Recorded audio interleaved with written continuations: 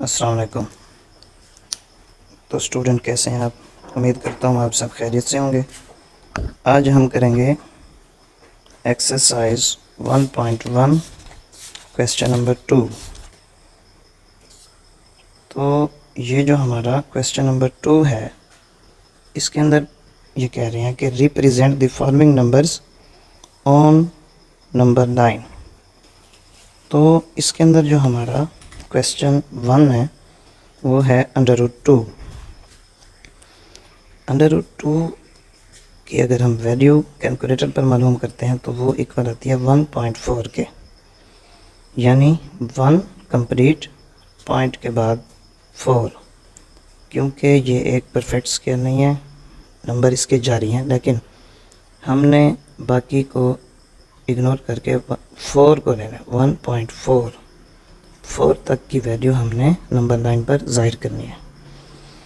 तो स्टूडेंट इस सवाल में हम अगर ये देखें बाय पैथागोरस लॉ के, उसमें hypotenuse is equal to base का स्क्वायर प्लस परपेंडिकुलर का स्क्वायर होता है।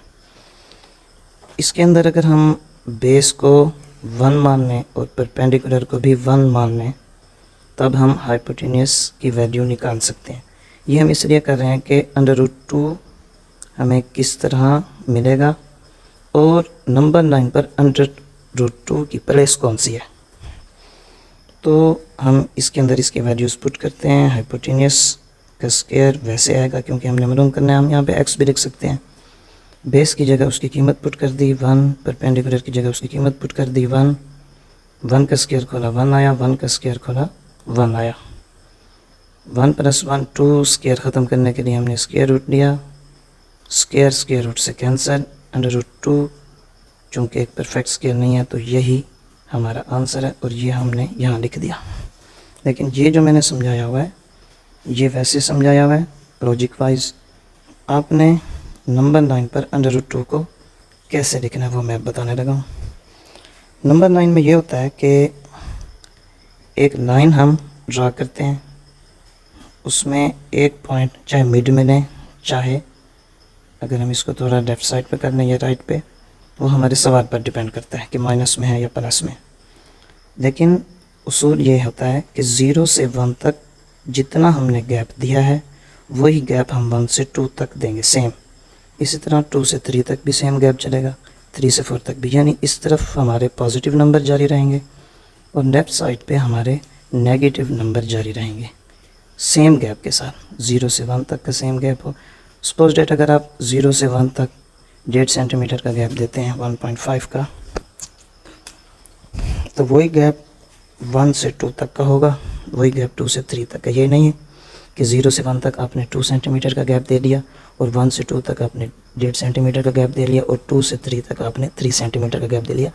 इस तरह नंबर लाइन ड्रा नहीं होती, ये आपका सवाल गलत होगा। इसी तरह जो गैप हम पॉजिटिव नंबर की तरफ देंगे वही गैप हम नेगेटिव नंबर की तरफ देंगे। तो हम आते हैं अपने सवाल की तरफ कि ये √2 एक ये जो है ना पॉजिटिव हमारा सवाल है। 0 से 1 तक हम एक गैप चेक करते हैं स्केल की मदद से, तो ये हमारा बनता है 0.0 से 2 तक का 2 सेंटीमीटर। ये 1 से यानी कि 3 तक आ रहा है, 1 से 3 तक 2 सेंटीमीटर, 1 से 2 तक 1 सेंटीमीटर, 2 से 3 तक 2 सेंटीमीटर। तो यही गैप हमने लेना है कंपास की मदद से। 2 सेंटीमीटर कंपास खोल के हमने 1 पर रखकर एक ऊपर आर्क लगानी है जिसको हम C का नाम देते हैं। यानी हमारी बेस भी इसके अंदर 2 हो गई और हमारा परपेंडिकुलर भी 2 सेंटीमीटर का हो गया सेम, यानी कि इनकी लेंथ आ गई।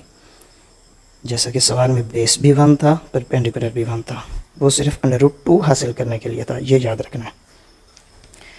तो अब यहाँ हमारा बन जाता है राइट एंगल, क्योंकि बेस और परपेंडिकुलर मिलते हैं तो राइट एंगल बनता है। Right angle is equal to 90 degree. तो अगर हम आगे देखें कि हमारे पास बेस भी मौजूद है, हमारे पास परपेंडिकुलर भी आ गया, तो इसका हाइपोटेन्यूस जो होगा प्रकार को, यानी कि हम अपनी कंपास को इस 0 पॉइंट से C पॉइंट तक खोलेंगे, C तक खोल के यही गैप जब नीचे आएगा तो हमारा सवाल √2 हासिल होगा। C पॉइंट को और 0 पॉइंट को हम स्केल की मदद से आपस में जॉइंट कर देंगे, तो इस तरह हमारा √2 हमें हासिल होगा नंबर 9 के ऊपर। अब चूँकि 1.4 था तो ये भी 1 से आगे हमें हासिल हुआ और हम यहाँ पे इसको P का नाम देके ऊपर √2 लिख देंगे। इसी तरह अगर हम क्वेश्चन नंबर 2 देखते हैं जो इससे अगला है, क्वेश्चन नंबर 2 का दूसरा सवाल वो है √3। अब √3 जो कि पिछले हमारे क्वेश्चन में √2 था, उसमें अगर आप देखें कि जो हमारी हाइपोटेन्यूज थी उसको हम बेस लेट कर लेंगे।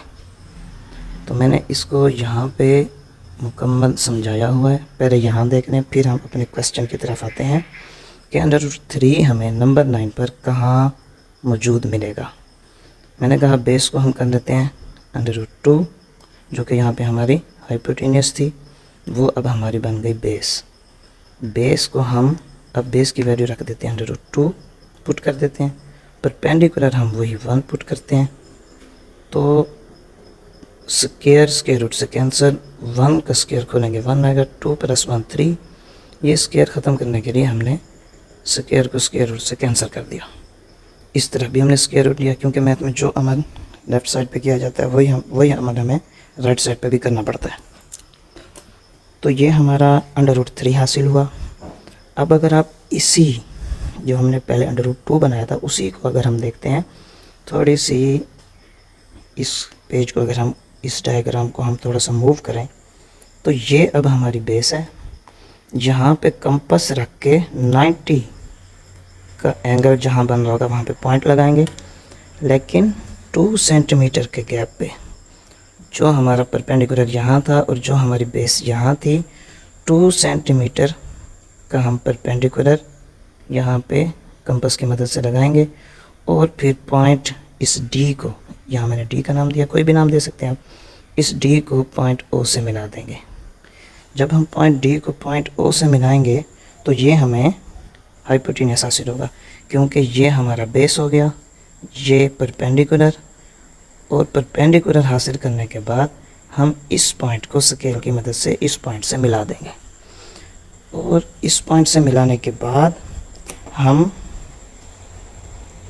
कंपास की मदद से पॉइंट O से D तक, पॉइंट O से D तक का जो गैप है वो लेने के बाद जब हम इसको नंबर लाइन पर लेके आएंगे तो 1 के बाद और 2 से थोड़ा सा पहले हमें जो पॉइंट मिलेगा कंपास की मदद से एग्जैक्टली वो होगा √3।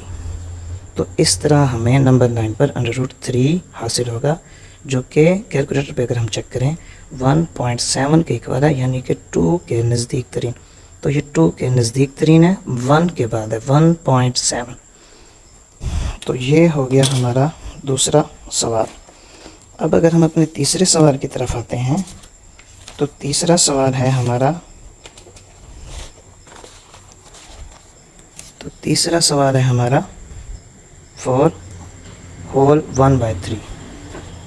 तो इसको ज़रा अगर हम यहाँ पे हल करें, 4 होल 1/3 सॉल्व लिख के 4 होल 1/3 लिखते हैं। इसके स्टूडेंट्स मेथड हैं दोनों मेथड से हमारा आंसर सेम प्लेस पर ही आता है। मैं आपको दोनों मेथड से ही बता दूंगा, जिसको जो आसान लगे वो उसी मेथड से इस सवाल को कर सकता है। यहाँ पे हम कह देते हैं 0 है, यहाँ पे 1, यहाँ पर 2, यहाँ पर 3, यहाँ पर 4 और यहाँ पर 5। इस तरफ हमारे चौके माइनस में होते हैं और सवाल हमारा माइनस में नहीं है, तो ये वैसे ही छोड़ देंगे हम। एरो का मतलब है इस तरफ नेगेटिव नंबर जारी हैं। अब इस सवाल में या ऐसे सवालों में जो बटा के नीचे नंबर आ रहा होता है वो है 3। जितना इसके नीचे नंबर आ रहा हो 0 से 1 के गैप में उतने हिस्से करने होते हैं। उतने हिस्से करने के लिए हमें 2 कट लगाएंगे तो 3 हिस्से मिल जाएंगे, 1 2 3, यानी हर गैप में 3 हिस्से बने जाएंगे। तो अगर हम देखें यहाँ पे बन जाएंगे 3 हिस्से, यहाँ पे बन जाएंगे 6, यहाँ पे 9, यहाँ पे 12 और 4 के बाद भी 3 हिस्से। जैसा कि मैंने कहा हर गैप 3 हिस्सों पर मुश्तमिल होगा। जब हर गैप 3 हिस्सों पर मुश्तमिल होगा, अगर हम इसका होल ख़त्म नहीं करते तो 4 के बाद पहला हिस्सा ये बताता है हिस्से का नंबर और ये बताता है कितने हिस्से करने हैं। यहाँ 3 है तो इसलिए हमने हर पार्ट के 3 हिस्से किए। चाहे आप यहाँ शुरू से हिस्से करें या ना करें, जब आप यहाँ पर आके 4 और 5 के दरमियान हिस्से करेंगे तो यही हिस्से बाकियों के भी माने जाएंगे। तो 4 के बाद पहला हिस्सा, 4 के बाद पहला हिस्सा, जबकि हिस्से कितने हुए 1 2 3, 4 के बाद पहला हिस्सा ये है। तो यहाँ हमारा सवाल आता है 4 1/3। जो दूसरा तरीका मैं बताने लगा था वो ये था कि अगर हम इसका होल ख़त्म करते हैं 3 4 12, 12 + 1 ये बन जाएगा 13/3। अगर कोई इस तरह करना चाहे तो भी ठीक है सवाल। 13/3 आया। अब 0 से 1 तक 3 हिस्से, यानी कि पहला हिस्सा 1/3, दूसरा हिस्सा 2/3, तीसरा हिस्सा 3/3। और चेक करना हो कि हम जो हिस्से कर रहे हैं वो ठीक भी हैं या नहीं, तो 3 का टेबल अगर हम 1 तक पढ़ते हैं 3 1 3, तो ये जो 1 आया नीचे भी 1 आ रहा है, इसका मतलब हमारे हिस्से ठीक है। इसी तरह हम आगे 2 कट लगाते हैं 1 2 3, तो यहाँ पे यहाँ तक 3 हिस्से, तो यहाँ तक कितने 6 हिस्से। 6/3 आ गया, 3 1 3, 3 2 6, तो ऊपर भी 2 नीचे भी 2। तो इससे आगे अगर हम 2 हिस्से करें, 2 हिस्से 2 कट लगाएं तो इससे हमारे 3 बन जाएंगे, 1 2 3। तो यहाँ पर भी हम लिख सकते हैं 9/3, इसको काटें तो 3 3 9। इसी तरह 4 पे हमारा आ जाएगा 12, 12/3, 3 4 12। तो ये अगर 12वां हिस्सा 4 पे आता है, यानी कि 12, यहाँ 9 आया, 4 पे क्या आएगा 12, तो नेक्स्ट हमारा आएगा 13/3। अगर हम इसको फ्रैक्शन की सूरत में करना चाहें, मिक्स्ड फ्रैक्शन की सूरत में ना करना चाहें, तो ये हमारा जवाब आएगा। हम हर एज होल वाले सवाल को ऐसे भी हल कर सकते हैं, यानी कि फ्रैक्शन की सूरत में करके, और हर हिस्से हर नंबर के उतने हिस्से करते जाएं जितने उसके नीचे मौजूद है। अगर हम अपने क्वेश्चन नंबर 4 की तरफ आएँ, तो क्वेश्चन नंबर 4 मैं आपको दिखाता चलूँ, -2 और 1/7, -2 और 1/7। अब ये सवाल हमारा माइनस में आ गया, नेगेटिव में। तो इस सवाल को हल करने के लिए हम अपनी नंबर लाइन को इस साइड पे बढ़ाएंगे। पहले हम पॉजिटिव वाली साइड पे बढ़ा रहे थे, अब हम नेगेटिव वाली साइड की तरफ बढ़ा रहे हैं। तो यहाँ अगर हम 0 लगाते हैं तो इस तरफ हमारे पॉजिटिव नंबर जाएंगे और इस तरफ हमारे नेगेटिव नंबर जाएंगे। ये नेगेटिव और ये नेगेटिव। 2 के बाद यहाँ पर आ रहा है 3, क्योंकि हमारा सवाल है 2 1/7। अब इसके नीचे क्या आ रहा है 7, तो हमने हर पार्ट के 7 हिस्से करने हैं। मतलब 0 से 1 तक 7 हिस्से, और 7 हिस्से करने के लिए हमें यहाँ पे 6 कट लगाने पड़ेंगे। तो अगर हम 2 के बाद देखते हैं 1 2 3 4 5 6 हिस्से काउंट करें, 1 2 3 4 5 6 7। 2 के बाद क्या लिखा हुआ है 1, तो ये हमारा नंबर आता है 2 माइनस का 1/7। अब अगर इसी को हम यहाँ पे ये इसका होल ख़त्म करके करें, 7 2 14, 14 + 1 15, 15 माइनस का 7। अब 0 से 1 तक कितने हिस्से हुए, 0 से 1 तक 7 हिस्से हुए, यानी कि यहाँ पे आ गया -7/7, यानी कि 6 कट लगाएंगे, यहाँ तक 7 हिस्से, 7 से यहाँ तक 14/7, 7 2 14, नीचे -2 आया, और 2 से अगला जो पहला हिस्सा होगा, क्योंकि यहाँ तक हमारे कितना हुए 14, अगला हिस्सा 15, तो ये 15 यहीं पर ही आएगा। अब हम चलते हैं अपने नेक्स्ट जो क्वेश्चन है उसकी तरफ, वो है क्वेश्चन नंबर 5। उसमें बता रहे हैं क्वेश्चन 5/8, वो भी पॉजिटिव नंबर 5/8। तो 5/8 हम लिख के सॉल्व लिखते हैं, अगेन क्वेश्चन लिखते हैं।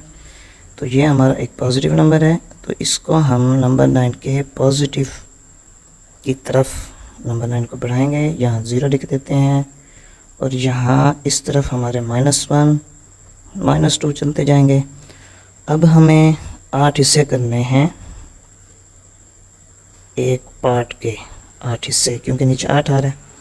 जब हम 8 हिस्से करेंगे तो उसके लिए हमें 7 कट लगाने पड़ेंगे। वो इसलिए कि एक कट हमारे पास पहले से मौजूद होता है, ये तो लिमिटेड शुरुआत है, एक कट हमारे पास ऑलरेडी लगा होता है। तो हम करते हैं 1 2 3 4 5 6 7। अब हिस्से भी काउंट कर लेते हैं साथ में, 1 2 3 4 5 6 7 8, तो 8 हिस्से भी हो गए। अब ये कहाँ आएगा, तो पहला हिस्सा 1/8, दूसरा हिस्सा 2/8, तीसरा 3/8, 4/8, 5/8।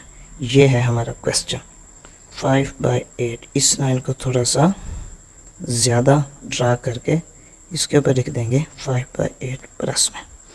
अगर हम आगे देखें 6/8, 7/8, 8/8, ये वैसे बता रहा हूँ चेक करने के लिए कि अगर किसी स्टूडेंट को ये देखना हो, इसकी वेरिफिकेशन करनी हो, पड़ताल करनी हो कि मैं सवाल सही भी कर रहा हूँ या मेरा ये नंबर 9 पे इस क्वेश्चन ठीक प्लेस पे आया है कि नहीं, तो वो इसको चेक कर सकता है। 8 1 0 नीचे 1 आ रहा है। आगे समय तो अब हम चलते हैं अपने लास्ट यानी के क्वेश्चन की तरफ। लास्ट क्वेश्चन है 2 होल 3/4।